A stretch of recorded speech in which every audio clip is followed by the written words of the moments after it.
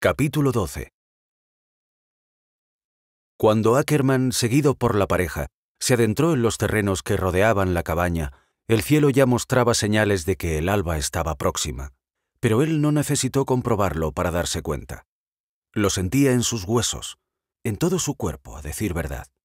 Los años no perdonaban la privación del descanso. Echó un vistazo a su espalda para ver cómo les iba a Roy y Aine.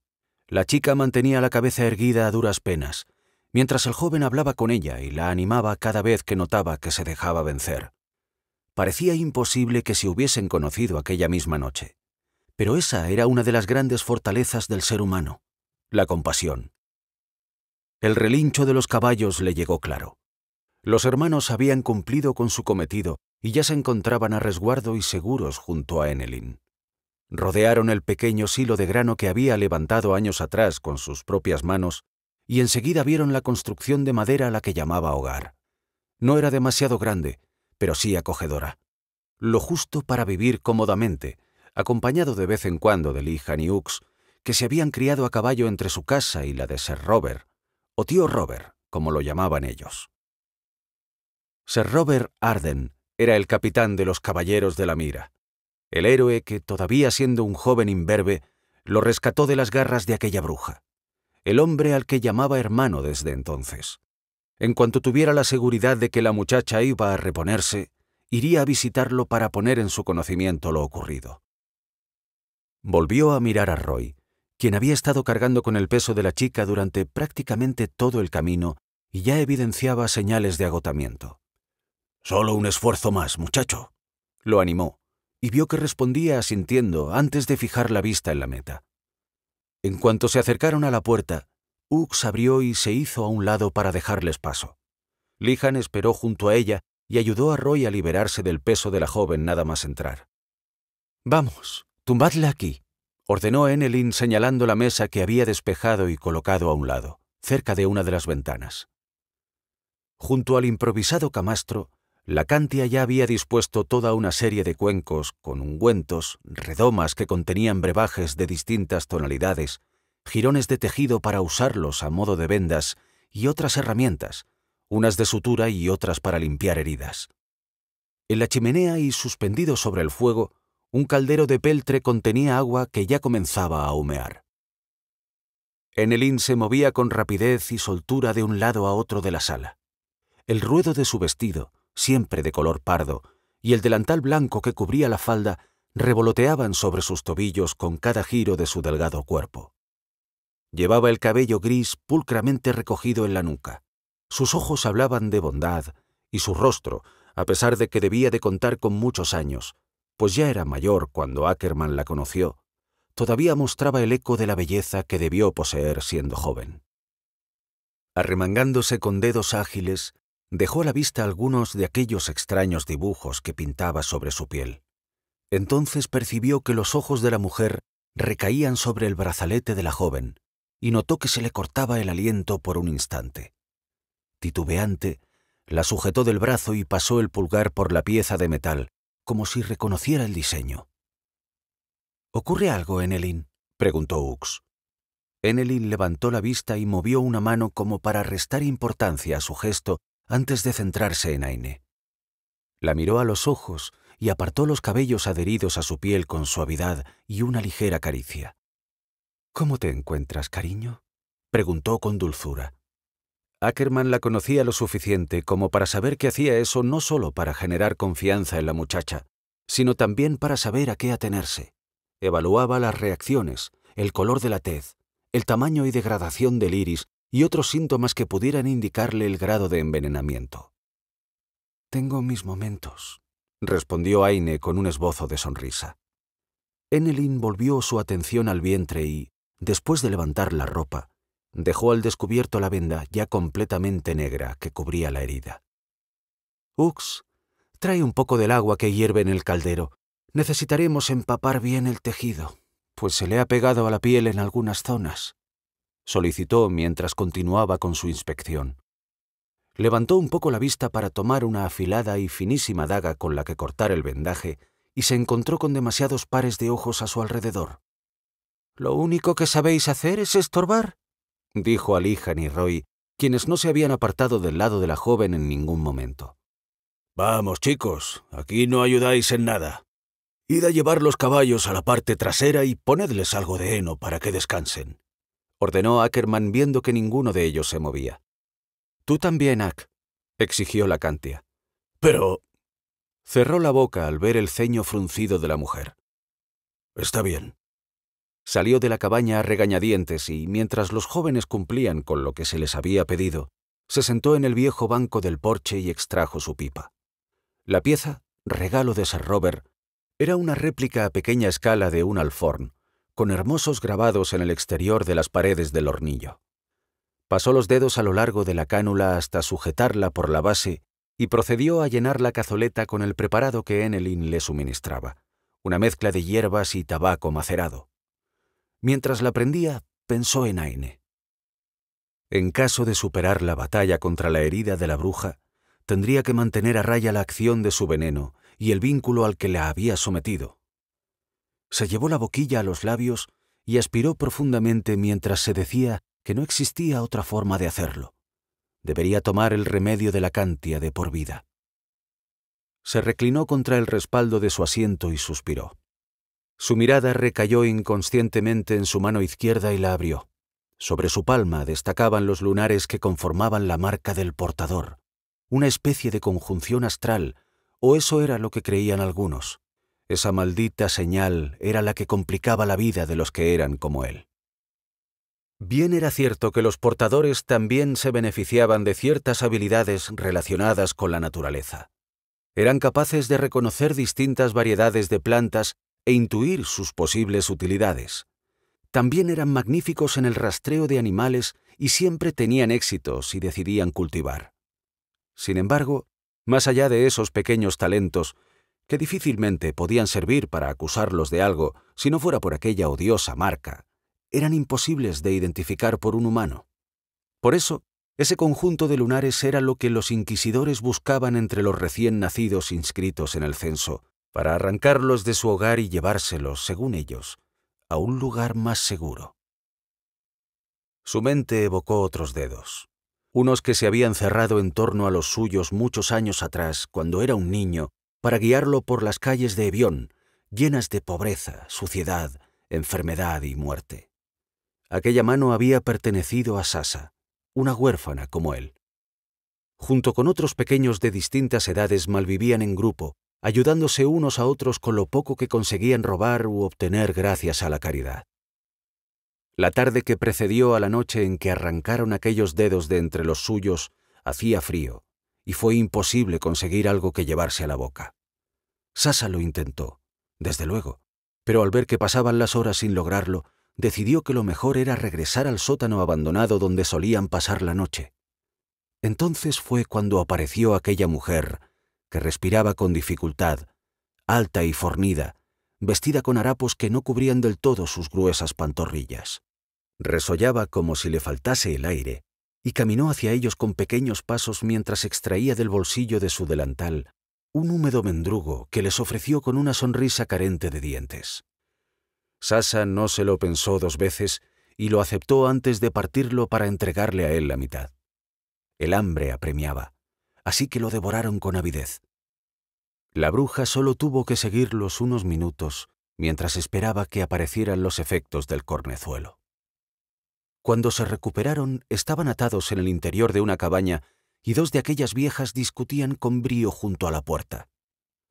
«También nosotras debemos comer, Rivka», dijo la que lamentablemente conocían. «Está bien. Podemos hacer la vista gorda con la niña», respondió la otra señalando a Sasa. «Pero el chico es un portador. Lo sentimos en cuanto entrasteis en el bosque con él. No podemos permitir que os quedéis a ese. Su sangre es para Hexa, así que debéis entregarlo al ritual de iniciación». Así fue como, terminado el reparto, los separaron. Él fue arrastrado al exterior, mientras que ella, Sasa, a la que incluso había llamado hermana en alguna ocasión, gritaba y estiraba los brazos hacia él al cerrarse la puerta que sentenció su también horrible destino. «Ack, Tan inmerso estaba en sus recuerdos que no notó que Enelin había salido de la cabaña hasta que la tuvo delante. «¿Qué tal ha ido? Has tardado menos de lo que esperaba», dijo señalándole un asiento junto al suyo. «Eso es porque no he terminado. Debemos esperar», respondió ella tras decidir que permanecería de pie. «¿A qué te refieres?», preguntó contrariado. La Cantia inspiró profundo antes de mirarlo directamente a los ojos, y Ackerman supo que lo que tenía que decir no le iba a gustar. «No puedo tratar el vínculo aún». «¿Qué? Debes hacerlo. De inmediato», exigió levantándose del banco de madera. «Han pasado muchas horas desde que se produjo y...» «Cálmate, Wilhelm», lo interrumpió usando la misma fórmula que tantas veces le había oído cuando era un niño bajo su cuidado, después de que Robert y su padre, Sir Elric, lo dejaran a su cargo, razón por la cual las brujas nunca habían vuelto a dar con él. Ackerman dejó escapar todo el aire por la nariz, mientras apretaba la mandíbula por el enfado y la preocupación. «También yo quiero lo mejor para ella, y ese vínculo es lo único que la está ayudando a curar la herida», explicó para tratar de hacerlo entrar en razón. Ackerman bajó la mirada hasta su propio pecho, donde Enelin posó la palma de su mano con un gesto de inconfundible cariño. «Maldita sea. Estás jugando con fuego. Es muy peligroso». «Es que no entiendes que si trato el vínculo la chica morirá. Su herida es demasiado grave. Sin el vínculo su cuerpo será incapaz de luchar para sobrevivir. Ese poder es lo único que la mantiene con vida». Ackerman rugió y se paseó de un lado a otro como un animal enjaulado. «Créeme, no hay otro modo», dijo ella. «¿Y si no sale bien?». Sabía lo que Enelin sugería. Podía hacerse una idea bastante acertada de las fases por las que la chica tendría que pasar. «¿Ahora no confías en mis habilidades? ¿A estas alturas?». Se devanó los sesos tratando de dar con otra posibilidad, pero era inútil pretender saber más que ella. Sumido en una profunda tristeza, asintió antes de abandonar el porche. Necesitaba descargar de alguna forma la ira y la impotencia que sentía. Se detuvo frente al tocón y agarró el hacha con ambas manos. Cortar leña lo ayudaría mientras imaginaba que los pedazos eran las cabezas de aquellas brujas malnacidas. Sintió un nuevo temblor bajo sus pies y, resuelto, descargó la hoja con furia. Rivka llegó al corazón de los bosques de Otiria y sus tierras pantanosas sin contratiempos. Aquel era un lugar inhóspito que presentaba llanos anegados y algunas elevaciones de roca caliza que, debido a la erosión, formaban desfiladeros, barrancos y ramblas de corto recorrido. El resto del terreno consistía en áreas inundadas en su mayor parte, similares a los manglares de la costa, donde la misma agua que formaba sus lagunas cenagosas ocultaba peligros para quienes trataran de aventurarse hasta allí. Estaba profusamente salpicado de recios árboles de abundante ramaje y raíces aéreas, que parecían querer escapar y cumplían el propósito de desorientar al más experimentado. De las copas, prácticamente desnudas, aún colgaban restos de las antiguas moradas de los otirianos, y todavía podían verse sus sellos, como emblemas de sus distintos linajes en alguno de los troncos. Antes de cruzar el último humedal y adentrarse en el claro donde Sivik la estaría esperando para entregarle al pequeño y llevar a cabo el rito, echó un vistazo a su alrededor. La arboleda circundante se encontraba curvada hacia aquella zona, como una eterna reverencia a Hexa, quien descansaba bajo el gran roble que, separado del resto, se alzaba antiguo, retorcido y marchito. Mientras avanzaba cruzando el último tramo anegado, sonrió al ver serpenteantes ondulaciones que se alejaban de ella con rapidez. Ya con los pies en el terreno fangoso, caminó hasta una de las grandes rocas fragmentadas, la más cercana al gran roble, donde Sivik ya había dejado al niño dispuesto sobre su superficie. Junto al cuerpo descansaba también un saco con los elementos que iba a necesitar. Mientras los extraía, reconoció en ellos la impronta de Meske, y no pudo evitar pensar en ella, además de en la fortaleza y entrega que debió demostrar durante el interrogatorio al que la habían sometido antes de que pudieran rescatarla de aquel maldito carromato. Al igual que Sivik, Meske no era una exia albina, por lo que no tenía el poder de las exias originales, las ninfas de cabellos níveos que juraron fidelidad a Hexa encarnada, la reina Adracel. Le constaba que era orgullosa y que esa característica suya la había metido en algún que otro problema de tanto en tanto. Sin embargo, con todo, quizá era de recibo reconocerle el esfuerzo y la devoción demostrados al entregar al niño a otra exia de su mismo rango, entendiendo a la perfección cuál debía ser su papel aquella noche, exclusivamente el de recolectora.